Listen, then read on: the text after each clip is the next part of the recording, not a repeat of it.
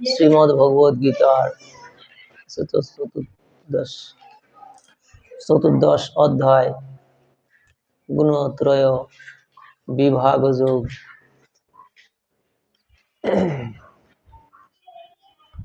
গুণত্রয় বিভাগ যোগে শ্রী ভগবান উবাচ।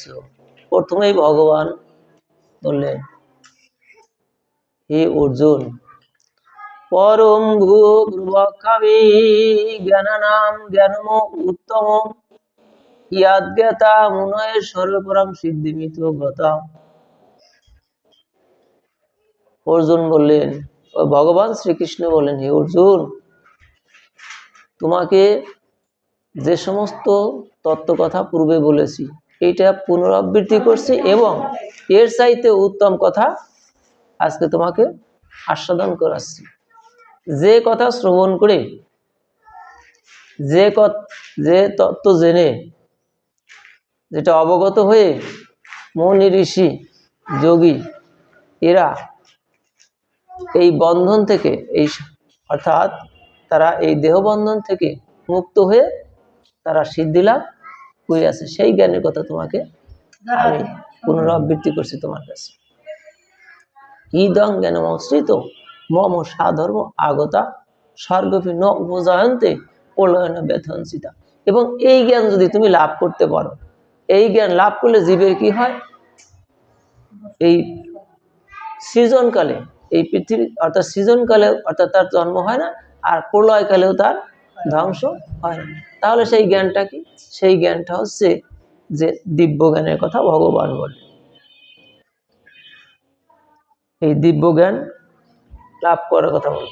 এই দিব্য জ্ঞান যখন লাভ করে জীবের, তখন ভিতরটা অন্তরটা পরিষ্কার হয়ে যায় এবং তার এই যে দুটা নয়ন আছে, এই নয়নের বাইরে তৃতীয় একটা চক্ষু আছে, সেই নয়নটা উন্মিলন হয়ে যায় এবং সেই উন্মিলিত নয়ন দ্বারা ভগবানের রূপ সে দর্শন করতে পারে।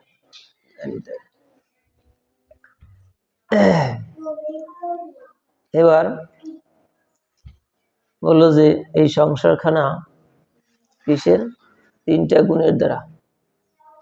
এই সংসারটা যে ত্রিগুণময়ী, তিনটে গুণের দ্বারা এই সংসার ক্ষেত্রটা। তার মধ্যে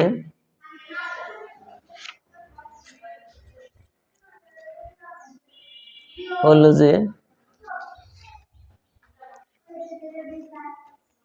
সত্যম রজ তম ইতি গুণ প্রকৃতি সম্ভব নিবদ্ধন্তি মহাবাহ দেহে দেহিনম অব্যয়ম। যে এই প্রকৃতিটা, জড়া প্রকৃতিটা তিনটা গুণের দ্বারা বেষ্টনী আছে। এখন এই তিনটে গুণই কি করছে? এই দেহধারী জীবের অর্থাৎ দেহীকে দেহের মধ্যে আটকাই রেখেছে। এই তিনটে গুণ, এই তিন গুণের দ্বারাই দেহী দেহের মধ্যে আবদ্ধ থাকে। তত্র সত্যং নির্মলত্বাৎ প্রকাশ অনয়ন সুখ সঙ্গেন বদন্তি জ্ঞান সঙ্গেন চ অনয়। এখন বললো যে সত্যং সুখে সঞ্জয়তি রজ কর্মণি ভারত জ্ঞানমাবৃত তু তম প্রমাদ সঞ্জয়তি উত। বললো যে সত্য গুণে হয় সুখ লাভ, আর রজগুণে হলো কি কর্মে আসক্তি বাড়ায়, আর তম গুণে জীবের বুদ্ধি নাশ হয়, বিপদ ঘটায়। এখন এই তিনটা গুণ থেকে আমরা বেরোয় আসতে পারছি না। কারণ কি? আমরা যে জগতে আছি এই জগৎটাই তিন গুণের জগৎ, এর থেকে আমরা বের হয়ে আসতে পারছি না। এই তিনটে গুণ এই তিনটা গুণ আমাদেরকে প্রকৃত সত্য বস্তুকে দর্শন করতে বাধার সৃষ্টি করে।